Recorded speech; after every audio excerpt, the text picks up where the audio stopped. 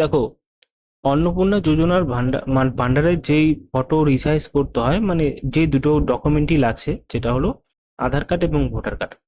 এবং ভোটার কার্ডের দু পিঠটাই দিতে হবে এক পিঠে ছবি করে, এবং আধার কার্ডেও দু পিঠটা দিতে হবে এক পিঠে ছবি করে। তুমি জেপিজি দিতে পারো, বা পিডিএফও দিতে পারো, বা পিএনজিও দিতে পারো, যেটা 50 থেকে 100 কেবির মধ্যে হতে হবে। আমি দুটো পদ্ধতি বলবো, একটা কম্পিউটারের মাধ্যমে, একটা হলো মোবাইলের মাধ্যমে। প্রথমে আমরা কম্পিউটারের মাধ্যমে বলবো। কম্পিউটার যদি স্লো হয় বা র্যাম কম হয়, সেক্ষেত্রে তোমরা ব্যবহার করতে পারো অনলাইন পোর্টাল photopia.com। এই ওয়েবসাইটে চলে আসবে। এটা হলো ফটোশপের অল্টারনেট। ফটোশপ যেরকম ইনস্টল করতে হয়, এটা ইনস্টল করতে হয় না। লেটেস্ট ফটোশপের মতনই কাজ করে, কিন্তু এটা অনলাইনে প্রসেস হয়। তো এখান থেকে কি করবে, নিউ প্রজেক্টে ক্লিক করা। এখান থেকে আমরা সিলেক্ট করব হলো, এখান থেকে যে কোনো একটা সিলেক্ট করে নেবো। আমরা এখান থেকে সিলেক্ট করবো হলো, এখানে দেখতে পাচ্ছ অনেক কিছু রয়েছে। ইনসার্ট পোর্ট্রেট, এটা আমরা সিলেক্ট করে নেব, ঠিক আছে।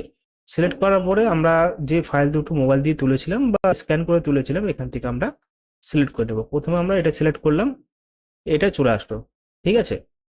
সিলেক্ট করার জন্য আমরা ওপেনে যাব, ওপেন থেকে সিলেক্ট করতে পারবো। তো এটা আমরা কি করবো, এখান থেকে এটাকে মুভ টুলে ক্লিক করব।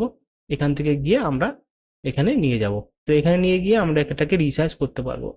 এখান থেকে আমরা যাব হলো প্রি ট্রান্সফর্ম, এখানে ক্লিক করে আমরা এখানে রিসাইজ করে নিলাম।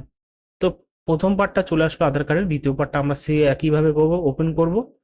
ওপেন করার পর আমরা দ্বিতীয়টা নেব, দ্বিতীয়টা নিয়ে আবার এখানে মুভ টুলে ক্লিক করে আমরা এটাকে এখানে বসিয়ে দেব। আবার এখানে যাব এডিটে গিয়ে ফ্রি ট্রান্সফারশন ক্লিক করব। এখান থেকে কিন্তু হয়ে গেল, দু পার্টটাই কিন্তু এক পার্টে চলে আসলো। এবারে এটা তো বেশি এমবির হলেও হবে না, বেশি সাইজের হলেও হবে না, তার জন্য আমরা ফাইলে যাব, এক্সপোর্ট অ্যাস এ ক্লিক করে জেপিজি তে ক্লিক করব। এখান থেকে আমরা 43% করে দেবো, এবং দেখবো মাঝে মাঝে যে কত এমবির মধ্যে আসছে। ঠিক আছে, যদি কম এমবির মধ্যে আসে, সেক্ষেত্রে আবার আমরা এখান থেকে সেভ করে নেব। তো আমরা 38% দিয়ে দিলাম, এখান থেকে সেভ করে নিলাম, দেখুন সেভ হয়ে গেল। এবার দেখতে পাচ্ছ 55 কেবির মধ্যে কিন্তু এটা চলে আসলো। আমি ওপেন করে দেখি, ওপেন করলে কিন্তু আমাদের ইন্টারফেস এরকম আসে, হয়ে গেল। তো এখান থেকে রিনেম করতে পারবো। এটা হলো ডেস্কটপের জন্য শুধুমাত্র বলছি। এখান থেকে রিনেম করার জন্য F2 ক্লিক করবেন, এখানে লিখবেন আধার কার্ড। আধার কার্ড লিখে দিলেন, তো এটা আধার কার্ডটা হয়ে গেল, ঠিক আছে। আধার কার্ড, এবার আমরা ভোটার কার্ডে কি করব, ভোটার কার্ড আমরা সেম প্রসেস করব। তো আমরা আবার ওয়েবসাইটে চলে এসেছি। এখান থেকে আমরা কি করবো, যে আধারগুলো সিলেক্ট করেছিলাম সেগুলো আমরা রিমুভ করে দেবো, ঠিক আছে। আধারগুলো রিমুভ করে দেবো। এবার আমরা আধারে ক্লিক, মুভ টুলে কি আধারে ক্লিক করলাম, এখান থেকে লোড। আমরা কিবোর্ডে টিপব, ডিলিট হয়ে যাবে। আবার কিবোর্ডে টিপব, ডিলিট হয়ে যাবে। আমরা ফাইলে যাব, ফাইলে গিয়ে ওপেন করব। আমরা এখন ভোটার কার্ডটা যেখানে রেখেছিলাম সেখান থেকে সিলেক্ট করব, ভোটার 1 সিলেক্ট করলাম। এখান থেকে আবার মুভ টুলে ক্লিক করে আমরা এখান থেকে নিয়ে গেলাম। তো আমরা আবার ট্রান্সলেট করব, এডিটে যাব, ফ্রি ট্রান্সলেটে ক্লিক করব, এখান থেকে আমরা পেয়ে গেলাম। তো এখানে সেভ করে নিলাম। আবার ওপেনে যাব, ওপেনে গিয়ে আমি আবার ভোটার টুয়েতে ক্লিক করব। ভোটার টুয়েতে ক্লিক করার পরে আমরা কিন্তু আবার এখানে মুভ করে দেবো, ঠিক আছে। মুভ করার পরে আবার এডিটে যাব, এডিটে গিয়ে আমরা করব ফ্রি ট্রান্সলেট করলে এখান থেকে আবার চলে আসবে। আমার আবার এখানে চলে আসলো, আমি এখানে সেভ করে নেবো, জেপিজি ক্লিক করবো। আর 38%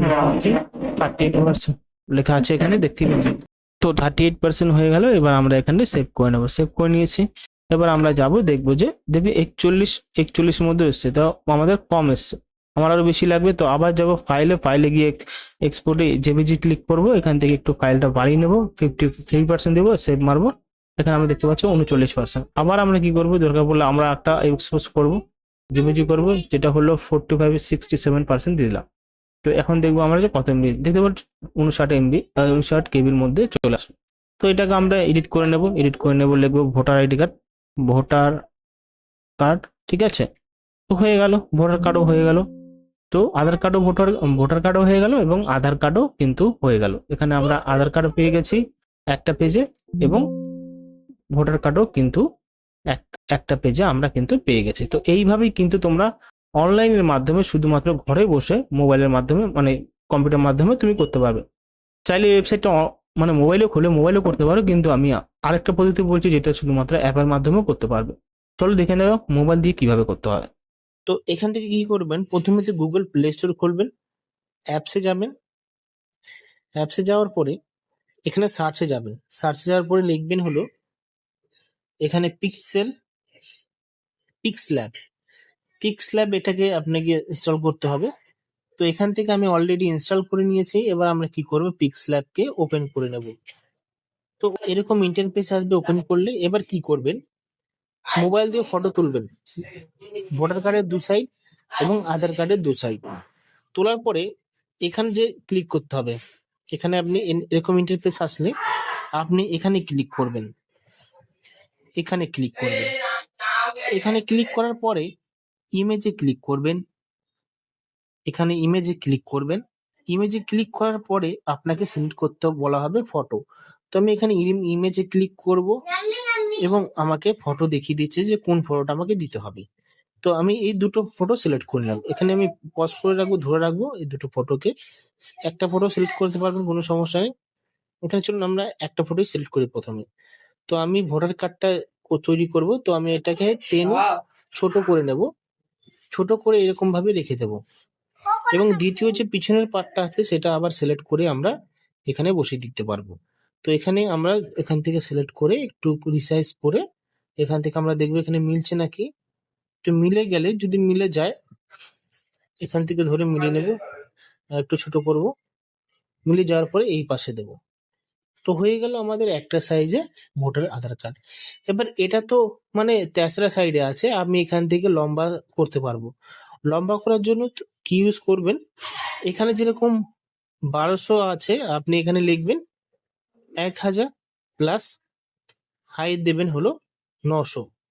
তো এখানে কিন্তু এরকম চলে আসলো। এখান থেকে আরেকটু বড় করে নেবেন, এটা বড় হয়ে যাবে। এইভাবে কিন্তু তোমরা এখানে করতে পারবে। চাইলে আধার কার্ডটাও সেম প্রসেসে করতে পারবে। এবার সেভ করবে কিভাবে আমি দেখিয়ে দেবো। তো আধার কার্ডটা কিভাবে করবে আমি ডিলিট করে নিচ্ছি, এগুলো এখান থেকে ডিলিট করা যাবে। আধার কার্ডটা সেম প্রসেসও করবে। আধার কার্ডটা এরকম ভাবে রয়েছে, ল্যান্ডস্কেপ সাইজে রয়েছে, এখানে একটা উপরে দেবে এবং দ্বিতীয়টা যে রয়েছে সেটা কিন্তু এখানে নিচে দেবে। তো এখান থেকে নিচে দেওয়ার পরে এখানে আধার কার্ডটাও রিসাইজ হয়ে গেল। আধার কার্ডটা এখানে নিয়ে এলাম। এবার সেভ করবো কিভাবে, এখানে দেখতে পারবে উপরে একটা অপশন রয়েছে, এখানে এই অপশনটায় ক্লিক করবে। ক্লিক করার পরে এখান থেকে সেভ অ্যাজ ইমেজের ক্লিক করবো। এবার এখান থেকে কোয়ালিটি যখন চেঞ্জ করতে বলবে, এখানে কোয়ালিটিটা একটু কম দেবে, ঠিক আছে। কিভাবে দেবে, এখান থেকে জেপিজি সিলেক্ট করবে এবং সেভ এসে কোয়ালিটি ডাইমেনশন কাস্টম লেখা রয়েছে, এখানে আপনি কি করবেন, মিডিয়াম দেবেন। এবং যদি লোতে যদি না সাইজে আসে মিডিয়াম দেবেন, মিডিয়াম দিলে এখানে সেভ এসে করবে। সেভ হয়ে গেল। এবার আপনি খুঁজে পাবেন, আপনার ফটো গ্যালারিতে সার্চ করবেন, এখানে দেখতে পারবেন চলে আসছে। এবার এটা সাইজটা দেখে নিন আগে কত কেবির মধ্যে আছে, দেখতে পাচ্ছেন 400 বহুত কেবির মধ্যে আছে। তো আমরা আবার যাব, এখানে যাব, সেভ এস ক্লিক করব। এখান থেকে আমরা কি করব, লো করে দেব, ঠিক আছে। লো করে দিলে আমরা দেখি কততে আসছে।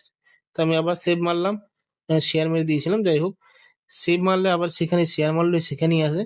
এবার আমরা দেখে নেব যে কতটুক সাইজ কমলো। তো দেখতে পাচ্ছেন এখানে 103 এমবি হয়ে গেল, 3 কেবি হয়ে গেল। তো এখানে দেখতে পাচ্ছেন যে কিভাবে করতে হয়।